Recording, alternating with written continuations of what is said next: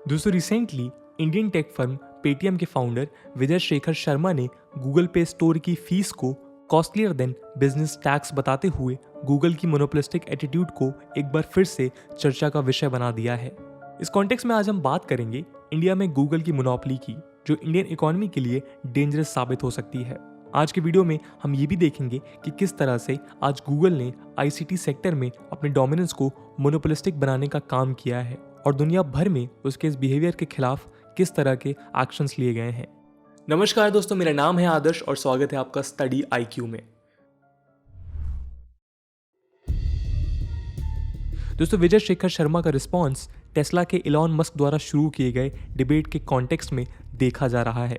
Musk ने Apple के app store fees को क्रिटिसाइज करते हुए उसे एक de facto global tax Levi करने वाली कंपनी बताया था। इलॉन मस्क का ये criticism famous gaming company epic games और एप्पल के बीच चल रहे 2020 के लीगल डिस्प्यूट के कॉन्टेक्स्ट में था। हम आपको बता दें कि 2020 में एपिक गेम्स ने एप्पल को यूएस में सू किया था क्योंकि एप्पल ने अपने प्ले स्टोर की सर्विसेज के लिए 30% कमीशन चार्ज किया था और साथ में ऐप डेवलपर्स को उनके इन ऐप पेमेंट सिस्टम को यूज़ करने के लिए फोर्स किया था टू मेक ह्यूज प्रॉफिट्स। इस लॉसूट ने ही इन रियलिटी एप्पल और गूगल जैसे टेक जायंट्स की मोनोपोली को लेकर डिबेट को जन्म दिया था। एप्पल के बाद गूगल प्ले स्टोर ने भी जनवरी 2021 में एक सिमिलर पॉलिसी को इंडिया में स्ट्रिक्टली इन्फोर्स करने की बात कही। गूगल प्ले स्टोर की इस न्यू पॉलिसी के तहत ऐप डेवलपर्स के लिए प्ले स्टोर में बिल्ट इन पेमेंट सिस्टम को यूज़ करना कंपलसरी है अगर अपनी सर्विसेज को शेल करना है तो। पेटीएम जैसे पेमेंट गेटवेज को ये पॉलिसी इसी वजह से हार्म करती है क्योंकि गूगल अपने पेमेंट सिस्टम की मोनोपोली भी क्रिएट करने की कोशिश कर रहा है। इसके अलावा गूगल की इस पॉलिसी के चलते जो भी टेक कंपनीज अपने ऐप्स को गूगल प्ले स्टोर में प्लेस करती हैं और अपनी यूजर्स को देती हैं, उन्हें ये 30% ह्यूज कमीशन पे करना पड़ेगा अलॉन्ग विद अदर एक्सपेंसेस। इस टाइप के ऐप्स में गेमिंग, न्यूज़, OTT प्लेटफॉर्म्स जैसे Netflix, Spotify, Amazon Prime etcetera और music, dating, fitness, edtech, data storage etcetera आते हैं। ये 30% कमीशन का पॉलिसी वैसे तो 2018 में इंट्रोड्यूस हुआ था, लेकिन इसका स्ट्रिक्ट इन्फोर्समेंट नहीं हो रहा था। लेकिन रिसेंटली गूगल ने कहा है कि बाई सितंबर 2021 सारे सब्सक्रिप्शन पेमेंट्स अब सिर्फ गूगल के पेमेंट गेटवे के थ्रू होंगे। इंडिया में iOS से कहीं ज़्यादा एंड्रॉयड यूजर्स होने के चलते ही गूगल का रोल इंडियन केस में एप्पल से ज़्यादा इंपॉर्टेंट है। गूगल प्ले स्टोर का इंडिया में मोनोपोली इसलिए है क्योंकि इसका बनाया हुआ एंड्रॉयड ऑपरेटिंग सिस्टम इंडिया के लगभग 95% स्मार्टफोन यूजर्स यूज़ करते हैं। हालांकि गूगल ने क्लैरिफिकेशन देते हुए कहा कि ये पॉलिसी ज़्यादातर ऐप डेवलपर्स को इम्पैक्ट नहीं करेगी क्योंकि 97% डेवलपर्स गूगल के बिलिंग सिस्टम को ही यूज़ करते हैं। लेकिन पेटीएम के सीईओ ने कहा कि गूगल की ये पॉलिसी इंडिया के कई स्टार्टअप्स को नेगेटिवली इम्पैक्ट करेगी और की एंट्री बैरियर की तरह काम कर सकती है क्योंकि गूगल का प्लान उनसे बिलियंस ऑफ डॉलर्स कमीशन के रूप में वसूलने का है। शर्मा ने गूगल के इस 30% कमीशन को गूगल टैक्स बोला है और ये सवाल उठाया है कि कैसे कोई कंपनी गवर्नमेंट को बाईपास करते हुए एक टैक्स चार्ज कर सकती है। मिंट की एक रिपोर्ट के मुताबिक नवंबर 2020 में ही कंपटीशन कमीशन ऑफ इंडिया ने इंडिया की 17 स्टार्टअप फाउंडर से गूगल पर लग रहे मोनोपोली के एक्विजिशंस पर व्यू पॉइंट्स मांगे थे। हम आपको बता दें कि CCI इंडिया का एंटी ट्रस्ट रेगुलेटर है, यानी कि एक ऐसी रेगुलेटरी बॉडी जो मार्केट में free and fair competitive environment को इंश्योर करने का काम करती है। ये बॉडी द कॉम्पिटिशन एक्ट 2002 के तहत ये इंश्योर करती है कि बड़े कॉरपोरेशंस मार्केट में प्रेडेटरी पॉलिसीज इंट्रोड्यूस कर बाकी की कंपनीज को हार्म ना करें। खैर CCI ने Paytm, Zomato, PhonePe, Upgrad, Dream11, GOQ second, Razorpay और Matrimony.com जैसे स्टार्टअप्स को ये लेटर लिखा था। इनमें से कुछ startups ministry of electronics and information technology के उस डिस्कशन पैनल में भी इन्वॉल्व थे जो गूगल की इस 30% इन ऐप कमीशन वाली पॉलिसी से रिलेटेड हुआ था। स्टार्टअप्स की लार्जर डिमांड ये है कि गूगल पे स्टोर पर इन स्टार्टअप्स के कंज्यूमर्स को बिलिंग रिलेटेड चॉइस मिले और साथ में गूगल खुद भी इस 30% चार्ज को रिड्यूस करे। 230% कमीशन और बाकी के एक्विजिशंस के अलावा भी गूगल ने ऑलरेडी कई एरियाज में अपना डोमिनेंस मेंटेन किया है और इसलिए उस पर कई बार मोनोपोली चलाने के आरोप लगते रहे हैं। इसलिए ये समझना ज़रूरी है कि गूगल की monopoly overall ICT based market में किस तरह से क्रिएट हुई है। क्या ये सिर्फ गूगल के ब्रिलियंट इंजीनियर्स और टेक्नोलॉजिकल अचीवमेंट का कमाल है या फिर कुछ प्रॉब्लमेटिक स्ट्रेटजीज के थ्रू हुआ है? आइए देखते हैं। दोस्तों 2020 में यूएस के डिपार्टमेंट ऑफ जस्टिस ने गूगल के against one of the biggest law suit file किया था और ये एक्यूज किया कि गूगल का सर्च मार्केट में डोमिनेंस इलीगल है। कंप्लेन के हिसाब से गूगल बाकी की कंपनीज के साथ कुछ ऐसे एक्सक्लूसिव कॉन्ट्रैक्ट साइन कर रहा है जिसके आउटकम्स मोनोपोलाइजिंग नेचर के हैं। जस्टिस डिपार्टमेंट ने कहा कि गूगल ने एप्पल को $12 बिलियन हर साल पे किए थे ताकि गूगल एप्पल के सफारी ब्राउजर में डिफॉल्ट सर्च इंजन बने। ये एक एग्जाम्पल है टेक जायंट्स के नेक्सस का, जो आपस में डील साइन कर या तो एक दूसरे के कॉम्पिटिटिव एरिया में मोनोपोली को कॉम्प्लीमेंट करते हैं या फिर ओलिगोपॉलीज क्रिएट करते हैं बाकी के न्यू प्लेयर्स की एंट्री को रोकने के लिए। डीओजे के हिसाब से गूगल आज सर्च मार्केट में 80% शेयर इसलिए ओन करता है क्योंकि वो सालों से ऐसे कॉन्ट्रैक्ट साइन करते हुए आया है, not just with Apple but other smartphone companies as well. इसके अलावा एक और केस में 38 US states led by Colorado and Nebraska ने भी कुछ ऐसे ही आरोप गूगल पर लगाए थे। इस केस के मुताबिक गूगल ने वॉइस असिस्टेंट्स और इंटरनेट कनेक्टेड कार्स में भी ऐसी ही स्ट्रेटजीज को यूज किया है ताकि उसकी सर्विसेज डिफॉल्ट तरीके से टेक प्रोडक्ट्स जैसे टीवी या फिर स्मार्टफोन्स में अवेलेबल रहें। इसके अलावा टेक्सास ने भी गूगल के खिलाफ एक लॉ सूट में गूगल को एडवर्टाइजिंग मार्केट में मोनोपोली क्रिएट करने के लिए एक्यूज किया था। ये क्लेम किया गया कि गूगल ने अपने एडवर्टाइजिंग राइवल फेसबुक के साथ एक इलीगल एग्रीमेंट साइन किया है to rig ad auctions. Deal के हिसाब से फेसबुक ऑक्शंस के समय अपने मूव्स को रेस्ट्रिक्ट करेगा ताकि गूगल को स्पेशल ट्रीटमेंट मिल सके। गूगल आज दुनिया की 1/3 एडवर्टाइजिंग इंडस्ट्री को कंट्रोल करता है और उस पर मोनोपोली को अब्यूज करते हुए पब्लिशर्स को ओवरचार्ज करने के आरोप भी लगते रहे हैं। यूएस स्टेट्स गूगल द्वारा किए गए स्ट्रक्चरल डैमेजेस के लिए कॉम्पनसेशन की डिमांड कर रहे हैं। इन सब के अलावा आज गूगल के डोमिनेंस और माउंटिंग मोनोपोली का सबसे बड़ा कारण है उसके पास्ट मर्जर्स और एक्विजिशंस। 1998 के बाद से गूगल ने 100 से ज़्यादा कंपनीज को एक्वायर करने का काम किया है। इनमें सबसे पहला है 2007 में गूगल द्वारा digital ad vendor DoubleClick का acquisition for $3.1 billion. DoubleClick का एड सर्विंग टेक्नोलॉजी और उसके connections with thousand of digital publishers ने गूगल को एडवर्टाइजिंग इंडस्ट्री में अपना डोमिनेंस स्टैब्लिश करने में हेल्प किया है। इसके बाद से गूगल ने कई और एड वेंडर्स जैसे AdMob, Invite Media, AdMeld, Applied Semantics और स्प्रिंग्स को भी एक्वायर किया है। 2010 में गूगल ने ITS सॉफ्टवेयर को $700 मिलियन में एक्वायर कर अपने सर्च बिजनेस को फर्दर एक्सपैंड किया। ITS सॉफ्टवेयर के एक्विजिशन ने उसके राइवल्स को भी नुकसान पहुंचाया क्योंकि वो IDA पर रिलाई कर रहे थे। 2013 में भी ऐसे ही एक एक्विजिशन के थ्रू गूगल ने वेज मैप्स को एक्वायर कर मैप सेक्टर में भी अपने डोमिनेंस को एक्सपैंड किया और अपने राइवल को न्यूट्रलाइज कर दिया।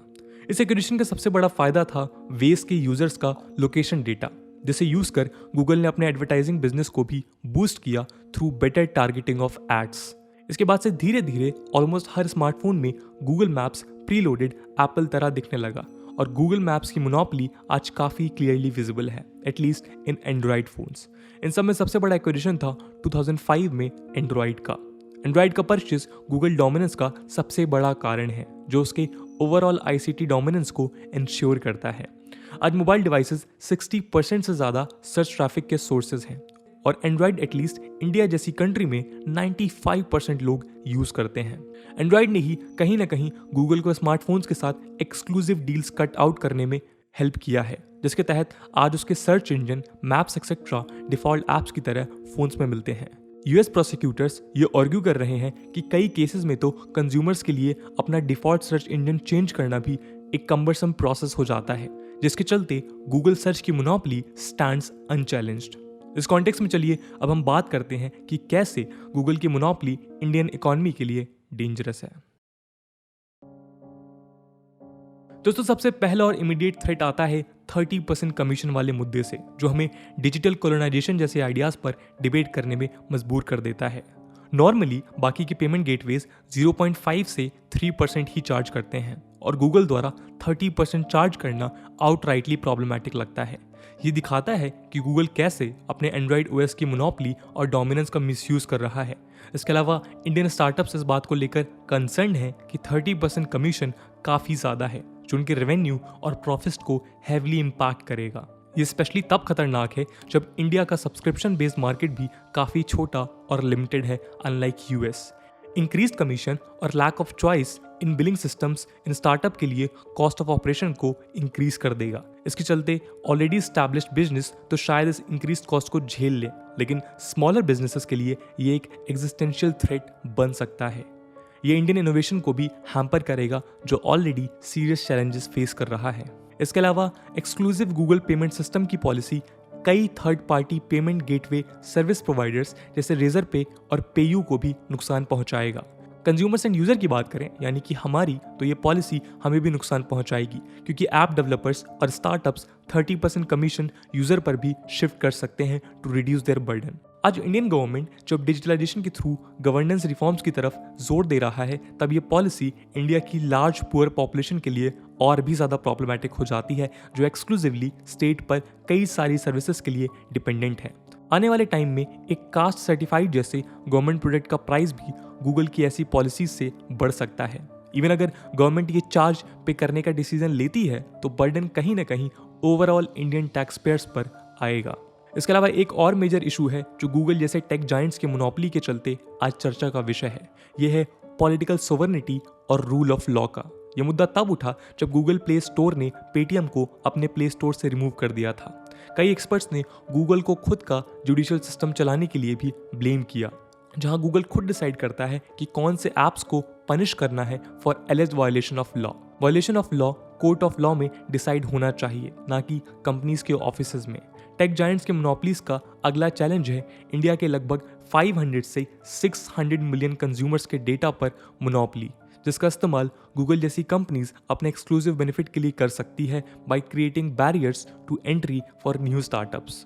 हम जानते हैं कि इंटरनेट कंज्यूमर का ऑनलाइन फुटप्रिंट और इन्फॉर्मेशन आज कंपनीज तरह तरह से यूज कर अपने रेवेन्यूज को टारगेटेड एड्स के थ्रू मोनेटाइज कर रही हैं।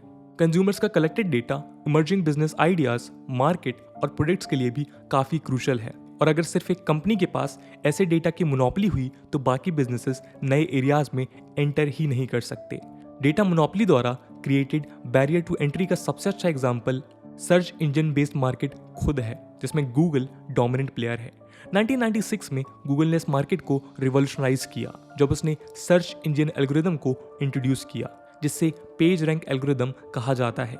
सर्च इंजन एल्गोरिदम्स में तब से लेकर आज तक काफ़ी इनोवेशंस हुए। कई कंपनीज ने AI बेस्ड एल्गोरिदम्स भी इंट्रोड्यूस किया है, लेकिन इसके बावजूद गूगल आज इस मार्केट को डोमिनेट करता है। इसका सबसे बड़ा कारण है हिस्टोरिकल सर्च क्वेरी लॉग्स, जो सर्च इंजन की एफिकेसी को 30% से ज़्यादा तक इम्प्रूव कर सकते हैं। गूगल के पास इस हिस्टोरिकल सर्च क्वेरी लॉग्स या डेटा का बेनिफिट है, जिसके चलते माइक्रोसॉफ्ट जैसे टेक जायंट्स भी उसके साथ इस मार्केट में कम्पीट नहीं कर पाए। ऐसे में न्यू प्लेयर्स इस मार्केट में एंट्री करने की ख्वाहिश भी नहीं कर सकता। दोस्तों, ये चैलेंज आज सिर्फ डिजिटल स्पेस तक सीमित नहीं है, given the nature of today's economy, जहां आज ऑलमोस्ट हर सेक्टर ICT द्वारा कनेक्टेड है। वहां बिना प्रॉपर रेगुलेशन के डेटा मोनोपोली बाकी सेक्टर्स में भी कंपटीशन को हैम्पर कर सकती है। कई एक्सपर्ट्स कहते हैं कि data based barriers to entry agriculture से लेकर academics, medicine, hospitals, banking etcetera को भी इम्पैक्ट कर सकते हैं। मोनोपोली का नेक्स्ट डेंजर लार्ज कॉर्पोरेशंस के नेक्सस से भी इमर्ज होता है। जैसा कि हमने पहले देखा कि कैसे गूगल ने फेसबुक, एप्पल एक्सेट्रा के साथ एक्सक्लूसिव डील साइन कर यूएस ने अपने डोमिनेंस को बरकरार रखा है, वैसे ही ये इंडिया में भी हो सकता है, जिसके लिए गवर्नमेंट को अवेयर रहना होगा। इसको लेकर कंसर्न्स रिसेंटली इंडिया में भी उठे थे जब रिलायंस जियो ने फेसबुक और गूगल द्वारा स्ट्रैटेजिक इन्वेस्टमेंट्स रिसीव किए। ये डील जियो को लगभग 500 to 600 मिलियन यूजर्स के डेटा को एक्सेस दे सकता है। वैसे हम आपको बता दें कि फिलहाल CCI ने इस मर्जर को अप्रूव किया है, ये कहते हुए कि फेस वैल्यू में दोनों पार्टीज के बीच कोई यूजर इन्फो का एक्विजिशन नहीं होगा और कोई भी डेटा स्वैपिंग लिमिटेड और प्रोपोर्शनेट होगी टू फैसिलिटेट ई-कॉमर्स ट्रांजैक्शंस। लेकिन फिर भी CCI ने एक पॉसिबल अब्यूज ऑफ डोमिनेंस को नोट किया है और कहा है कि जियो और फेसबुक ग्रुप द्वारा प्रोसेस डेटा कॉम्प्लीमेंट्री नेचर का है और अगर कोई भी एंटी कॉम्पिटिटिव कंडक्ट होता है तो कमीशन सेक्शंस 3 और 4 ऑफ द कॉन्स्टिट्यूशन एक्ट के तहत एक्शन ले सकता है। अगला इंपॉर्टेंट थ्रेट स्टेट सिक्योरिटी और ऑटोनॉमी रिलेटेड भी है। गूगल जैसी कंपनीज इंडिया में अपने पेमेंट सिस्टम्स और मैप सर्विसेज के थ्रू इंडियन इकोनॉमी के कई सेक्टर्स को डायरेक्टली इनडायरेक्टली कंट्रोल करती हैं। तो ऐसे में एक पॉसिबल टसल, कॉन्फ्लिक्ट या इंटरनेशनल डिस्ट्रप्शन के टाइम ये पॉसिबल है कि इंडियन इकोनॉमी के कई सेक्टर्स इम्पैक्ट हो जाएं। फॉर एग्जाम्पल यूएस अगर अपने पैट्रियट एक्ट के तहत यूएस की कंपनीज को अपने सर्विसेज को इंडिया में बंद करने के ऑर्डर्स दे देता है तो इंडिया की सप्लाई चेन्स ना सिर्फ इकोनॉमिकली डिसरप्ट हो सकते हैं बल्कि वो स्ट्रैटेजिक और डिफेंस सेक्टर्स को भी इम्पैक्ट कर सकते हैं। एक मैप सर्विस बंद होने मात्र से पूरा का पूरा कैब मार्केट डिसरप्ट हो सकता है, causing unemployment of lakhs of people.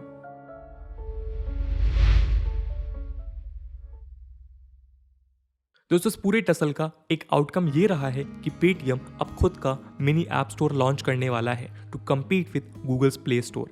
Paytm के सीईओ ने कहा कि नया ऐप यंग इंडिया एंटरप्रेन्योर्स को एम्पावर करेगा और उनके खुद के प्रेफर्ड पेमेंट ऑप्शंस को यूज करने की चॉइस देगा। उन्होंने ये भी कहा कि 300 से ज़्यादा फर्म्स इंक्लूडिंग ओला, फ्रेश मेन्यू और नेटमेंट्स ने ऑलरेडी इस इनिशिएटिव को ज्वाइन कर लिया है। इसके अलावा पेटीएम कुछ और इंडियन टेक कंपनीज के साथ मिलकर एक सेट ऑफ रिकमेंडेशंस को ड्राफ्ट कर रहा है जिसे वो इंडियन गवर्नमेंट के सामने रखने वाला है। इंडिया में गूगल ऑलरेडी एक एंटी ट्रस्ट इन्वेस्टिगेशन भी फेस कर रहा है over it's payment platforms on Android. ये प्रोब यूरोपियन यूनियन के गूगल पर प्रोब्स के कॉन्टेक्स्ट में है जिसमें गूगल पर ईयू ने 2018 में $5 बिलियन का फाइन लगाया था फॉर एंटी कॉम्पिटिटिव बिहेवियर। खैर इन टोटलिटी देखें तो अब समय आ गया है कि हम गूगल जैसे टेक जायंट्स के मोनोपोलिस्टिक बिहेवियर को मल्टीपल तरीके से काउंटर करने की कोशिश करें। इनमें एक तरीका है to build alternatives and alternative platforms with government support. इसके अलावा इंडियन गवर्नमेंट का खुद का ऐप स्टोर लॉन्च करने का आइडिया भी काफ़ी ज़्यादा अप्रिशिएटेड है जो इंडिया को स्ट्रैटेजिक लेवरेज प्रोवाइड कर सकता है और उसे आत्मनिर्भर होने में हेल्प कर सकता है। इसके अलावा इंडियन गवर्नमेंट कंपटीशन एक्ट के स्ट्रिक्ट इन्फोर्समेंट और इसमें पॉसिबल रिफॉर्म्स पर भी ध्यान दे सकती है, वैसे ही जैसे यूएस में एंटी ट्रस्ट लॉज में स्वीपिंग चेंजेस पर चर्चा हो रही है। तो दोस्तों ये थी कहानी गूगल की मोनोपोली की। अगर आपको लगता है कि वीडियो में बताए गए सेक्टर्स के अलावा किसी और सेक्टर में भी गूगल अपनी मोनोपोली चला रहा है तो कमेंट सेक्शन में ज़रूर बताइएगा। आज की वीडियो के लिए इतना ही। आई होप आपको वीडियो पसंद आई होगी और अगर पसंद आई है तो अपने दोस्तों के साथ शेयर करना ना भूलें। हम मिलते हैं अगले वीडियो में, तब तक के लिए जय हिंद, जय भारत।